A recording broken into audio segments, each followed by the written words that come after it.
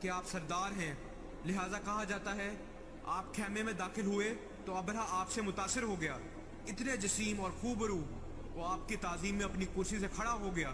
وہ آپ سے کہتا ہے مجھے آپ سے کوئی مسئلہ نہیں، آپ بس شہر سے چلے جائیں اور میں آپ کے گھر کو ڈھا دوں گا، اور مجھے تم لوگوں سے کوئی مسئلہ نہیں، ذاتی کچھ بھی نہیں ہے، میں صرف آپ کی عبادت گاہ کو ڈھانا چاہتا ہوں۔ پھر اتنا عبد ایگو۔ المطلب نے فرمایا میں آپ سے گھر کے بارے میں بات کرنے نہیں آیا ہوں، میں آپ سے کعبہ کے بارے میں بات کرنے نہیں آیا، میں آپ سے اپنے اونٹوں کے بارے میں بات کرنے آیا ہوں۔ اور تب ابرہہ نے عبد المطلب کے لیے تمام احترام کھو دیا اور اس نے کہا کہ میں تمہارے مقدس گھر کو ڈھانے آیا ہوں اور تم مجھ سے اپنے اونٹوں کے بارے میں بات کرنے آئے ہو۔ ابرہہ نے سوچا کہ شاید عبد المطلب اپنے کعبہ کے بارے میں بحث کرنے والے ہیں اور اس لیے وہ آپ کی تعظیم کر رہا تھا، اور پھر جب آپ نے اپنے اونٹوں کا مطالبہ کیا تو اس نے کہا میں نے آپ کے لیے تمام احترام کھو دیا۔ پھر عبد المطلب نے زبردست جواب دیا جو دل سے سننے والا ہے۔ عبد المطلب نے فرمایا کعبے کے ایک مالک ہیں جو اس کی حفاظت فرمائیں گے، اور اونٹوں کا مالک میں ہوں تو ان کی حفاظت کا ذمہ میرا ہے۔ عبد المطلب کے جواب کی وجہ سے ابرہہ نے اونٹوں کو واپس کر دیا، اور پھر قریش نے شہر چھوڑ دیا اور پہاڑوں کی گھاٹیوں اور چوٹیوں پہ پناہ گزیر ہو گئے۔ بہت دعا کرنے کے بعد عبد المطلب کعبہ کا طواف کرتے ہیں۔ اس کے بعد عبد المطلب کعبے کا دروازہ پکڑ کر اللہ سے التجا کر رہے ہیں کہ او اللہ ہم اس فوج سے نہیں لڑ سکتے، وہ ہمارے سے بہت مضبوط ہیں، ان کے پاس ہاتھی ہے اور ہزاروں آدمی ہیں، آپ ہماری مدد کریں، آپ اس کی حفاظت فرمائیں۔ پھر یہ لوگ کعبہ کی طرف بڑھنے لگے۔ ہاتھی نے مزید چلنے سے انکار کر دیا، ہاتھی رک گیا، حیران کن بات ہے، انہوں نے اسے مارنا شروع کیا، ہاتھی مزید نہیں چلا، انہوں نے جب اس کا رخ موڑ کے اسے پیٹا وہ بھاگ گیا، جب انہوں نے اسے روکا اور اس کا رخ موڑا تو وہ پھر سے رک گیا۔ سبحان اللہ، کس نے روکا اسے؟ اللہ سبحانہ و تعالیٰ نے۔ وہ بحث کر رہے تھے کہ کیا کریں، اتنے میں پرندے آ گئے، وہ دیکھتے ہیں پرندے جو پتہ نہیں آسمان میں کہاں سے آئے، ان پرندوں میں سے ہر ایک کے پاس 3 کنکر کی پتھریاں تھیں، ہر کنکر کی پتھری بہت چھوٹی تھی، چھوٹی چھوٹی کنکریاں مٹی سے بنی ہوئی، اور بہت اونچائیوں سے جب ابابیل کے اس لشکر نے ابرہہ کی فوجوں پہ زور سے سنگ باری کی اور کنکریاں اتنی زور سے نیچے آئیں، آج ہم گریوٹی کے بارے میں پڑھتے ہیں اور بے شمار چیزوں کے بارے میں، واللہ اگر آپ سورہ فیل کی اس تشریح پر نگاہ ڈالیں تو آپ سمجھ جائیں گے جب اتنی اونچائیوں سے کنکریاں گرائی گئیں تو کنکریاں ان لوگوں کے جسم کو چیرتے ہوئے زمین پہ گرتی اور انہیں موقع پہ ہی ہلاک کر دیتی، اور لوگ دیکھ رہے تھے۔ اللہ اکبر! کیا عبد المطلب نے کہا نہیں تھا کہ کعبے کے ایک مالک ہیں جو اس کی حفاظت فرمائیں گے؟ تمہیں یاد رکھنا ہوگا کہ اس دن سے لے کے آج تک کعبہ کی حفاظت اللہ سبحانہ و تعالیٰ فرما رہے ہیں، تو یہ عذاب اللہ سبحانہ و تعالیٰ کا بھیجا ہوا تھا۔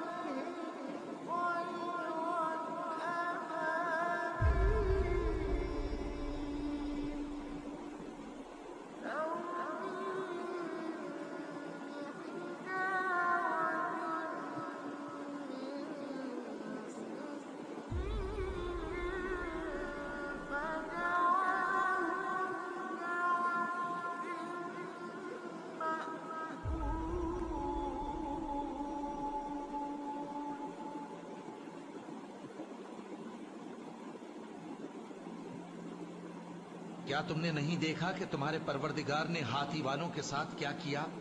کیا اس نے ان کا داؤں غلط نہیں کیا؟ اور اس نے ان پر جھنڈ کے جھنڈ پرندے چھوڑ دیے جو ان پر کھنگر کی پتھریاں پھینکتے تھے، تو اس نے ان کو ایسا کر دیا جیسے کھایا ہوا بھس۔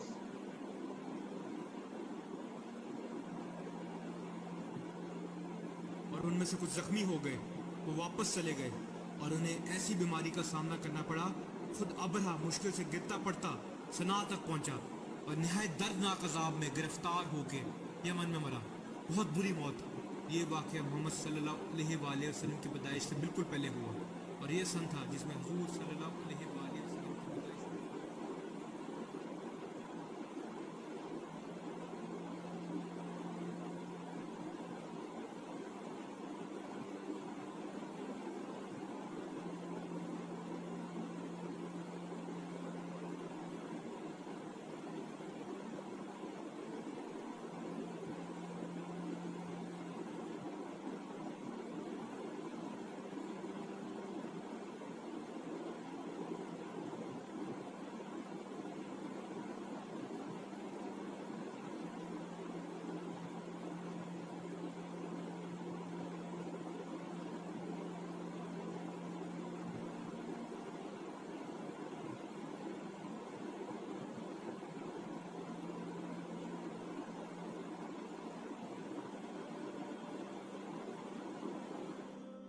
دوستو ویڈیو کے اینڈ میں سٹوری کے تھرو تو ہمیں یہ پتہ چل ہی گیا کہ خدا اپنی حفاظت خود ہی کر سکتا ہے، اسے کسی کی سہارے کی ضرورت نہیں ہے. بٹ دوسری چیز جو میں نے نوٹس کی، آبزرو کی، وہ یہ تھی کہ جو عبد المطالب پروفیٹ کے جو گرینڈ فادر تھے، تو وہ ان کا ایک الگ ہی ٹرسٹ لیول تھا جو جنرلی عام لوگوں میں نہیں ہو سکتا ہے. تو مجھے ایسا لگتا ہے کہ صرف خدا نے اپنی ہی حفاظت نہیں کی، انہیں یہ دیکھ رہا تھا کہ ان کے آگے ایک ایسا بندہ ہے جو پوری طرح سے اپنے آپ کو ان کے حوالے کر دیا ہے، تو ان کے ٹرسٹ کے لیے بھی انہوں نے یہ سب کچھ کیا ہوگا. مجھے ایسا لگتا ہے کیونکہ خدا صرف اپنے لیے تو کچھ نہیں کرتا ہوگا، وہ جو بھی کرتا ہے اپنے بندوں کے لیے ہی کرتا ہے. تو میں نے یہ چیز آبزرو کی، مجھے ایسا لگتا ہے کہ یہ چیز بھی ہو سکتی ہے. اینڈ میں دوستو یہی کہوں گی کہ زیادہ سے زیادہ لوگوں کو ایسے واقعے سننے چاہیے، اس سے ہم لوگوں کا وشواس مضبوط ہوتا ہے، ایک فیتھ اسٹرانگ ہو جاتا ہے آپ کا یہ سب چیزیں دیکھ کے، کیونکہ زندگی میں اتنی ساری پرابلمس ہماری ہوتی ہے کہ آپ کا وشواس کبھی کبھار ڈگمگا جاتا ہے. تو اس وقت اگر آپ کے ذہن میں یہ سب واقعہ اگر تھوڑی دیر کے لیے ہی صحیح اگر ایک بار بھی خیال آئے گا تو آپ تھوڑا سا اسٹرانگ محسوس کرو گے کہ کوئی نہیں صحیح، کم سے کم اوپر والا آپ کی مدد ضرور کر دے گا اینڈ میں. So that's it for today guys. امید کرتی ہوں کہ کسی نئے اور اچھے ویڈیو کے ساتھ آپ لوگوں کے ساتھ دوبارہ ملاقات ہوگی. تب تک کے لیے اپنا خیال رکھیے اور اپنے آس پاس کے لوگوں کا بھی ذرا خیال رکھیں. Bye bye and take care.